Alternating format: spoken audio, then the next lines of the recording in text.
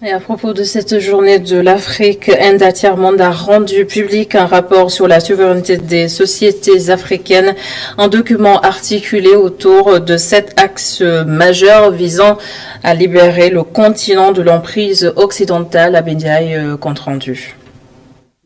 Contribuer de manière décisive à la consolidation des transformations à l'œuvre dans les institutions africaines vers l'autonomie et la souveraineté, l'un des nombreux objectifs du rapport alternatif sur l'Afrique, lancé aujourd'hui sous le thème « Souveraineté des sociétés africaines face à la mondialisation ». Les initiateurs du numéro 1 de ce rapport, après celui du numéro 0 en août 2018, se veut un rapport pour l'Afrique et par l'Afrique.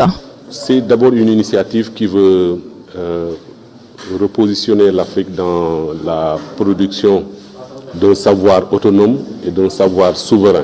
Donc il est très important pour nous, à côté de tous les autres rapports qui sortent sur l'Afrique, d'avoir un rapport par l'Afrique et pour l'Afrique.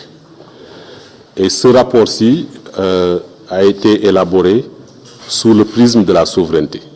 Il nous paraît très important d'analyser l'Afrique sous le prisme de cette souveraineté. Société, économie, monnaie, culture, numérique, politique, 6 axes majeurs pour construire une autre Afrique souveraine, libre et unie. La population devrait se l'approprier. Que les populations africaines d'abord se l'approprient, s'approprient les idées que nous avons développées dans ce rapport, et que les décideurs également puissent s'en inspirer pour des basculements. Chérif Salif Sy, président du Forum du Tiers-Monde, est revenu sur le financement des pays africains en France.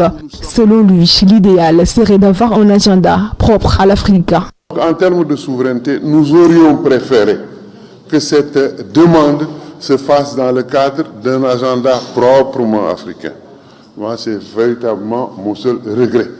Et donc, c'est la connexion avec le RASA, c'est que ça montre effectivement que nous avons raison depuis longtemps de nous battre sur des questions de souveraineté et de consacrer ce numéro 1 à la question de la souveraineté. Notre volonté n'est pas de rompre avec le reste du monde, mais d'être maître de la décision sur les questions qui importent pour l'Afrique.